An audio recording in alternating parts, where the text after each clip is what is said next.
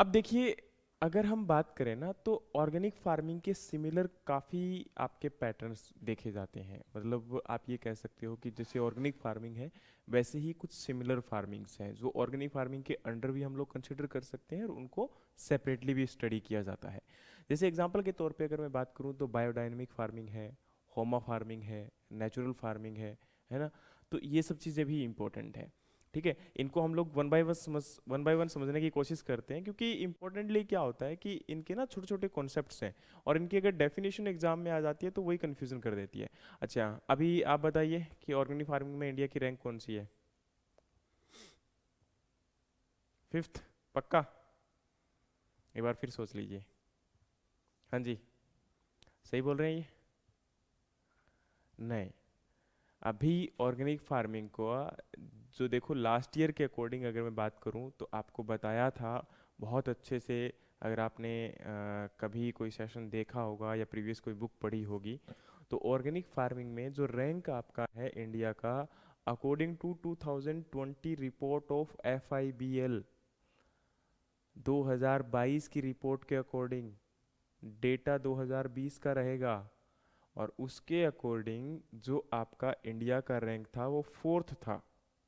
लेकिन present time में जो इंडिया का रैंक है वो आपका सिक्स्थ है। ठीक है, देखो 2023 की जो रिपोर्ट है उसके अकॉर्डिंग सिक्स्थ रैंक है, 2022 की जो रिपोर्ट है उसके अकॉर्डिंग फोर्थ रैंक है, और अगर हम बात करें 2021 की रिपोर्ट के अकॉर्डिंग तो इंडिया की रैंक फिफ्थ है।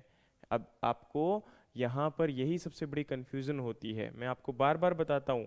देखिए, आप लोग कहाँ से पढ़ते हो ज़्यादातर? जैसे एपिडा है, तो एपिडा ने यहाँ पर आपको बताया, एपिडा ने आपको इन्फॉर्मेशन दी, और एपिडा की इन्फॉर्मेशन क्या है कि इंडिया की रैंक फिफ्थ है in term of world organic agriculture, and first है in term of total organic producer. देखो, टोटल एरिया की अगर हम बात करेंगे तो इंडिया की रैंक फिफ्थ थी, लेकिन इंडिया की रैंक फर्स्ट है किस केस में? ऑर्गेनिक फार्मिंग प्रोड्यूसर की। लेकिन ये जो रिपोर्ट है वो आप लोग एक बार फिर देखिए कि सोर्स इन्होंने क्या दिया है, FIBL एंड IFOM की जो 2020 की रिपोर्ट है उसके अकॉर्डिंग।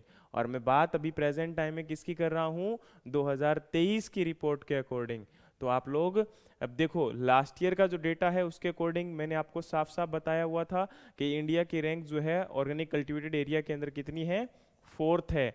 ठीक है, first rank in term of organic producer. लेकिन वहीं अगर मैं बात करूंगा आपका कि इंडिया की रैंक अभी प्रेजेंट टाइम में 2023 के सर्वे के अकॉर्डिंग क्या है, तो आप लोग देखिए कि फर्स्ट ऑस्ट्रेलिया है, सेकंड अर्जेंटीना है, थर्ड फ्रांस है, फोर्थ चाइना है, फिफ्थ उरुग्वे है, और सिक्स्थ आपका इंडिया है। लेकिन प्रोड्यूसर्स के अकॉर्डिंग अभी भी इंडिया की रैंक फर्स्ट है, ना तो आपका यहाँ पर थर्ड है, ना फोर्थ है, ना फिफ्थ है, लेकिन आपका सिक्स्थ है इन टर्म ऑफ एरिया, लेकिन फर्स्ट है in term of organic producer या फार्मर की रिस्पेक्ट में। ठीक है, ये मत भूलना भाई, गलत मत करो यार बार बार इन चीज़ों को, है ना। जितना समझाया जाता है उतना देखा करो। अब ये आपके जो अगर हम बात करते हैं तो प्रेजेंट टाइम में national organic farming research institute कहाँ पर है? प्रेजेंट टाइम में सिक्किम में है। उसके बाद नेशनल सेंटर और ऑर्गेनिक एंड नेचुरल फार्मिंग कहाँ है? गाजियाबाद में है। इंडिया का फर्स्ट ऑर्गेनिक फार्मिंग यूनिवर्सिटी कहाँ सेटअप किया जा रहा है? वडोदरा गुजरात में। India institute of farming research institute कहाँ पर है? मोदीपुरम यूपी में। ठीक है, ये आपके क्या हो गए? इंस्टीट्यूट्स हो गए। ठीक है, इनको जरूर आप लोग पढ़ लेना। इसके बाद अगर हम बात करें तो आपका बायोडायनेमिक फार्मिंग क्या है और किस प्रकार से ये डिफरेंट है। देखो, बायोडायनेमिक फार्मिंग में दो वर्ड आपके ऐड किए गए हैं, एक बायो और दूसरा यहाँ पर है आपका जो है डायनेमिक्स। बायो का मतलब होता है लाइफ और डायनेमिक्स का मतलब होता है एनर्जी।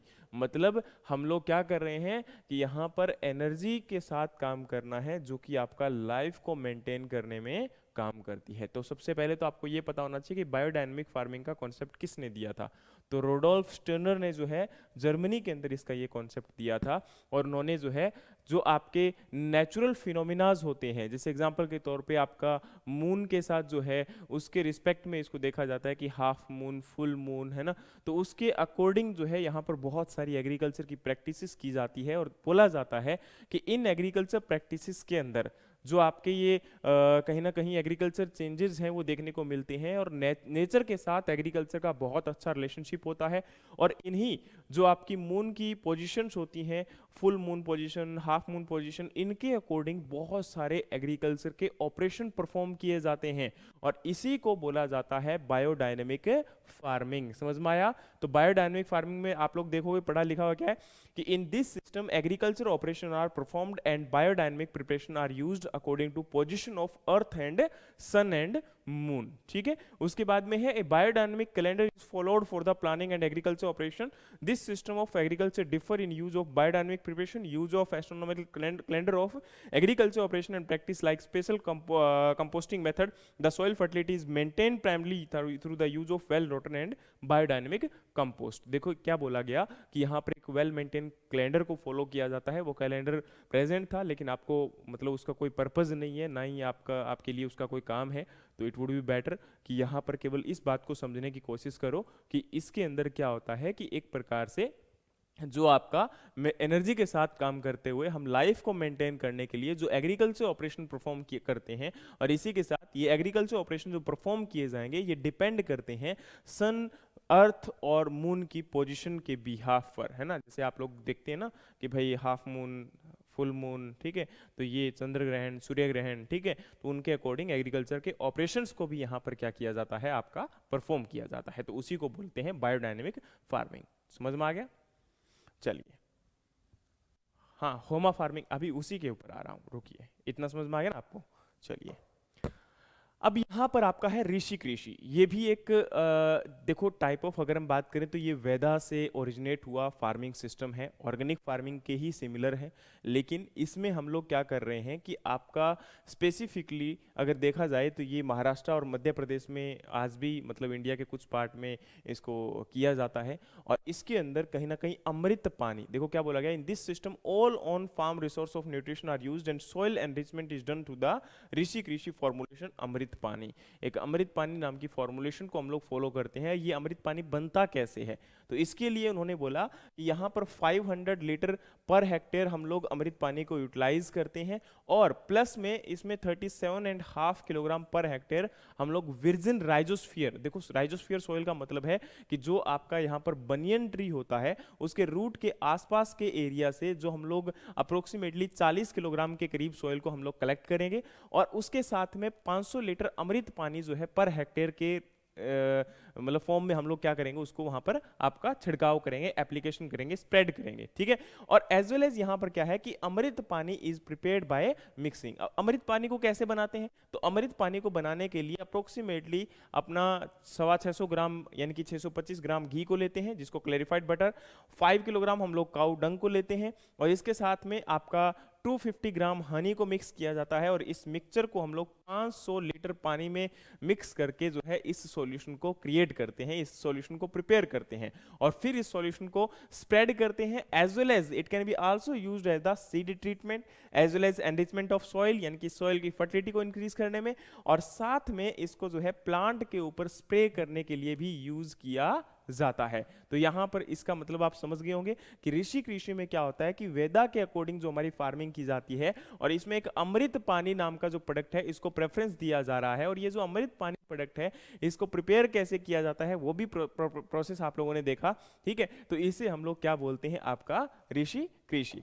अगला अगर हम बात करें तो होमा फार्मिंग। होमा फार्मिंग इसके नाम से ही इंडिकेट कर रहा है, क्या बोल रहा है कि होमा farming originate from again Vedas, ये भी आपका वेदा से ही ओरिजिनेट हुआ है, और इसके अंदर है कि you heal the atmosphere and healed atmosphere will heal you, यानी कि आप एटमॉस्फेयर को हील करो और एटमॉस्फेयर जो है आपको हील करेगा। इसके अंदर एक मेजर ऑपरेशन परफॉर्म किया जाता है, that is the Agnihotra puja. Agnihotra puja mainly early morning या लेट इवनिंग, सॉरी आपका अर्ली इवनिंग में किया जाता है। जैसे कि अगर हम बात करें तो मतलब जब सूर्य आपका सनराइज होने वाला है और सनसेट होने वाला है, उस टाइम पर एक प्रकार से आपका जो है इसके अंदर कुछ प्रोडक्ट्स को बर्न आउट किया जाता है, जैसे घी को हो सकता है, आपका राइस के, और जो है अलग अलग प्लांट के जो यहाँ पर जो ग्रेन्स हैं उनको लेकर यहाँ पर क्या किया जाता है, एक हवन किया जाता है, ठीक है। जैसे बार्ले हो गया, ठीक है, जैसे हवन करते हैं तो हवन के अंदर जो आपके प्रोडक्ट लिए जाते हैं ऑलमोस्ट वही प्रोडक्ट इसके अंदर रहते हैं, और इन प्रोडक्ट को लेकर एक प्रकार से एनवायरमेंट को क्लैरिफाई किया जा रहा है, एनवायरमेंट को साफ किया जा रहा है, क्लीन किया जा रहा है, शुद्ध किया जा रहा है,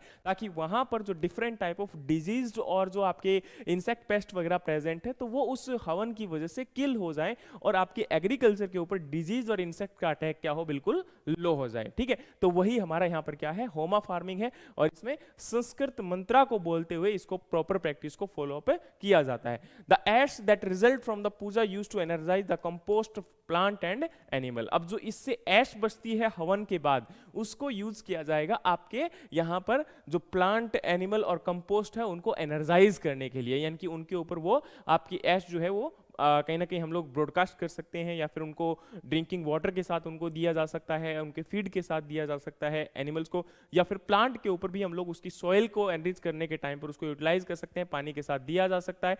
सो दैट इज ए की प्रैक्टिस है इसके अंदर, यहाँ पर इसको हम लोग क्या बोलते हैं, होमा फार्मिंग।